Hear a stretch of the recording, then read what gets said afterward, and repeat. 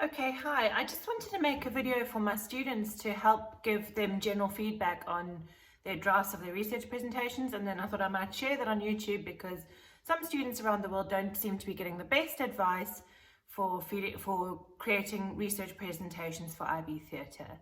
So this is a video to help you understand how you can really achieve well on the IB Theatre research presentation. First of all, filming at home. At the moment with distance learning, many students are having to film at home. I've seen some really good examples in marking this year of students who've done this at home where they have presented their screen and had their face in a smaller window next to their screen. And that's worked really well. So that's a good way to do it. Otherwise, you can have your slides behind you. There is the option to present without slides. But from what I've seen, students are doing this really well and it's not impacting the quality of their presentations at all. Many students are achieving top grades with doing their work at home, so don't worry about that. Secondly, timing. Many students that I see don't use their 15 minutes effectively, so some students talk quite slowly through the presentation and they seem to be struggling through remembering what they want to say, and that really can waste a lot of your 15 minutes where you could be scoring marks. So students who really do well, students who get the level 7s, tend to talk at quite a fast pace, not so fast that we can't hear them, but they talk at quite a fast pace and use every minute of their time. They also split their time really effectively. One of the big mistakes that I see students around the world doing is spending the first 5, 7, 8, 9 minutes talking about A1, which is only 4 of your marks. Essentially, it's 1 bullet point. You've got 8 bullet points. You've got 32 marks available. So there's essentially 4 marks per bullet point. So you should be splitting your time equally, which means each bullet point gets under 2 minutes. Now, your moment of theatre won't necessarily be a full 2 minutes depending on what you're doing. So that gives you a little bit of leeway with each bullet point. But essentially, you want to split your time equally from A1, A2, B1, B2, and then C is all together, and then D1 and D2. So please don't give yourself loads of time for A1 to go on and on about the tradition and context, because really, you've just got to explain that quite briefly using a full range of sources. The bibliography and citing, before I even get into A1, which is actually where it's marked, but I'm going to just talk about that briefly. Please make sure in your sources document, it is most useful for us if you actually submit all your slides, and then at the end of your slides is the sources that you've used. And it is most useful for yourself and for us if you have used a standard format for citing your documents. So you choose some sort of actual referencing system like MLA or Harvard or any referencing system that you use, rather than just using a whole lot of URLs if you've only used websites. You do want to have a range of sources. I'm going to talk about that a little bit more in A1, but make sure that your sources are there and that you've got dates on the URLs when you access them. Okay, so that's taking me into A1, explaining your tradition and context. And the most important thing is here that you're showing that you're using a range of sources, that you haven't just made this up. So we don't want to see you guessing, and we also want you to see you acknowledging your sources. So your sources must be visible in your bibliography. We will have checked that before we start marking A1, and then we'll be listening to you and we'll be looking at your slides. What we want to see is if there's information in your slides, really, honestly, keep that to a minimum because we don't have time to read your slides. We're listening to you talk. But you should have images in there. And in your slides, if you've got images, make sure that you've sourced them like you would source a quotation in an essay. So put the source of the image underneath the image in your slides. And then secondly, use voice citations. Many more students seem to be doing this now than they used to in the past. And this is a really good way to be able to achieve all the marks available for A1. If at some point in your speech, in your presentation, you say, according to Smith, this tradition is da da da da da. Or you say, I found that information in this book, okay? Also, your range of sources. You won't achieve well in A1 if you don't have a full range of sources. The bullet point asks for a wide range of appropriate sources, and some of these need to be specialist sources about your particular tradition. You can't just go to Wikipedia and Encyclopedia Britannica and expect that to be enough. If you want to achieve the full marks here, you need a full range of sources, including books, websites, journals, videos, that sort of thing. So please make sure you've got that. Keep this section to 2 minutes, maximum 3 minutes if you have to, but then shift on and say for your examiner, my selected convention is, okay? This is the second part of section A, and this is, to what extent do you explain your convention to us? So you must tell us which convention you've chosen. Now for this, I see many students selecting the convention and then talking very briefly about it, and that's not explaining your convention. You've got to show us that you've read about the convention before you start your practical exploration. So you understood how that convention came about and what the particular aspects of that convention are. You should be talking equally about your tradition and context as you talk about your convention. So there should be another 2 minutes worth of discussion. And in this section, you must make sure that the convention that you've chosen is appropriate. That means it's a performance convention. So it could be movement, it could be the way you use your voice, it could be gesture, it could be facial expression, but it should not be a production element. So you're not talking about how you built a puppet. You're talking about how you, as the puppeteer, manipulate the puppet. Okay, so please, it must be about performance, not something you made, not production, not making of a mask, not makeup, not making of a puppet.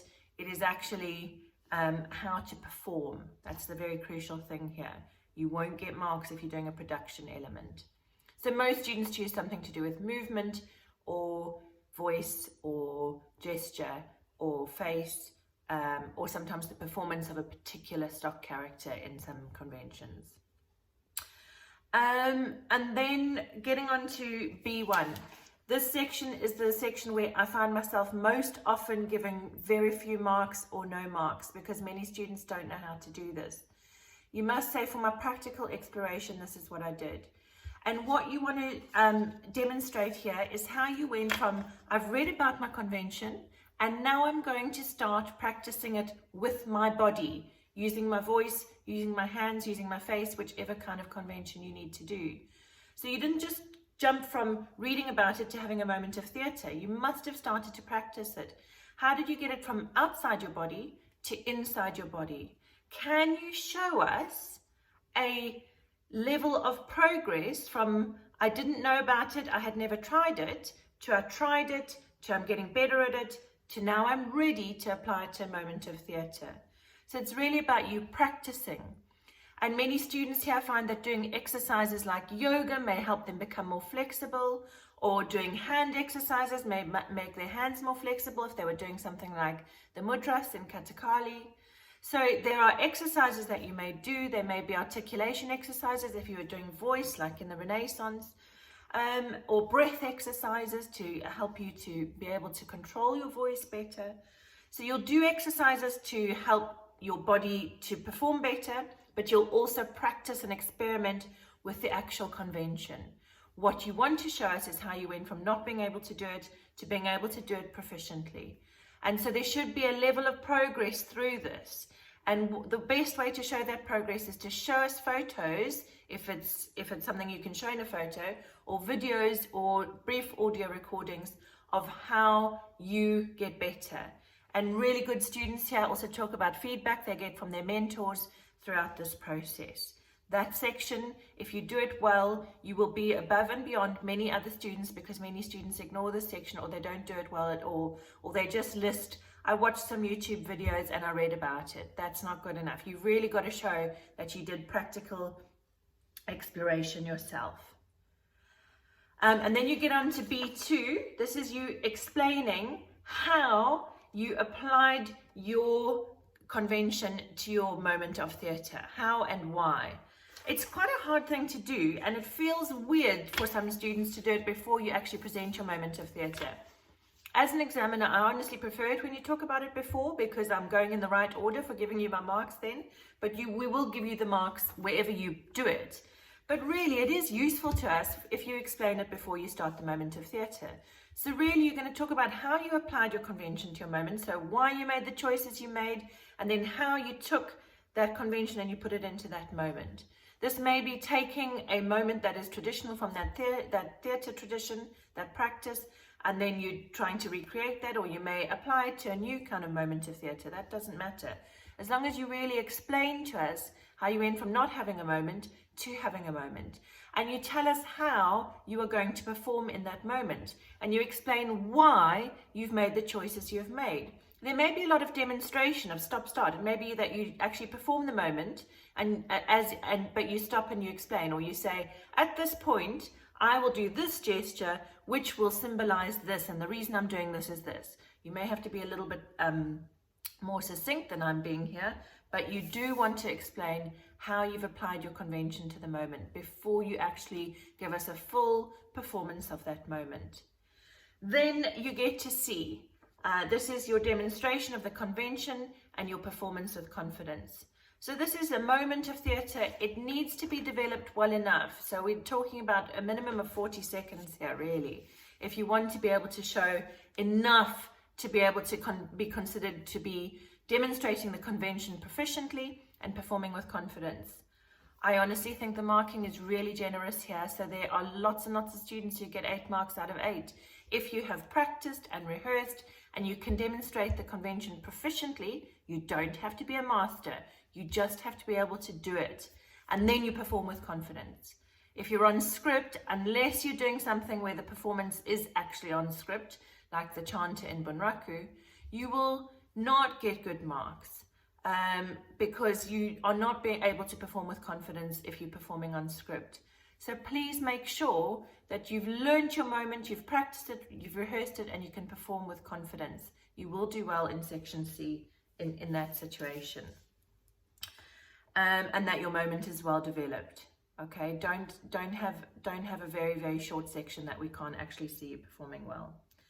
Then finally, going on to section D, D1 is the impact on you as a learner and performer with reference to a past performance. This is in the examiner's report for most years, but most years a lot of students seem to forget, or teachers don't advise their students that they need to talk about how this has impacted on a performance they've done in the past. So how has the learning that you've done here impacted on that performance? If you had to redo that now, how would you change the way that you performed in that piece? And the impact on you as a learner, many students just get into listing here. They just give us a list of bullet points, but you've actually got to be a little bit reflective and think a little bit about how doing this presentation has changed you as a learner, but particularly as a performer.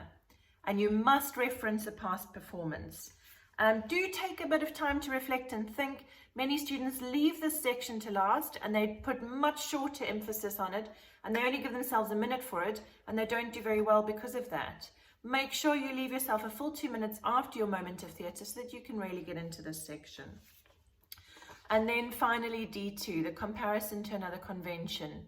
The mistake that many people make here, and I'm seeing less of it and less of it as this course goes through different years and people are reading examiners' reports better, but is comparing to another convention or practice. If you make the mistake of comparing your tradition to another tradition, you will get no marks here. You must please compare your convention to another convention. So you're looking at, or another practice. It doesn't have to be from the world theatre traditions. So if you were doing voice in Renaissance theatre, it might be really useful to compare that to how voice is used in realism practice from Stanislavski. If you were doing movement in Commedia, you may compare that to how movement is done in viewpoints.